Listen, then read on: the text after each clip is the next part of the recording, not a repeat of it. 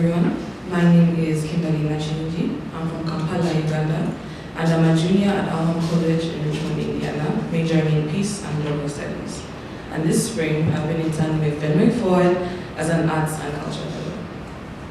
My story is one of change and constance, very similar to Jacob's. I grew up in Kampala, Uganda, and for my first 4 years of high school, I attended an all-girls Christian high school.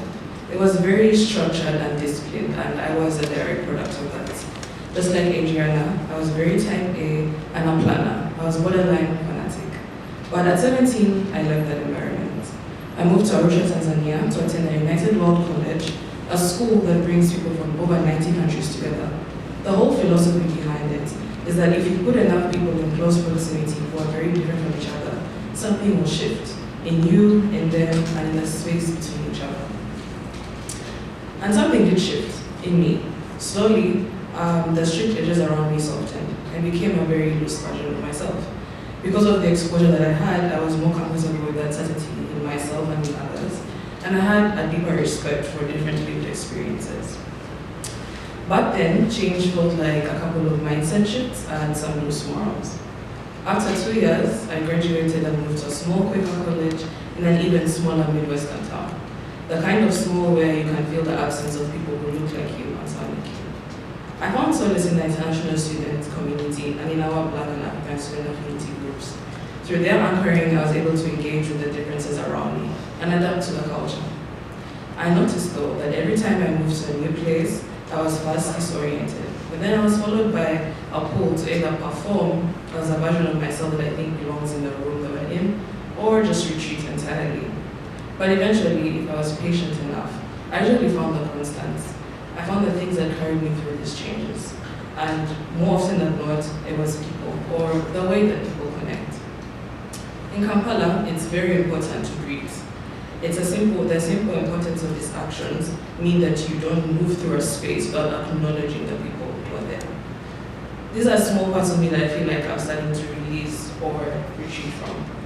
But in Arusha, the same sentiment lived in different languages.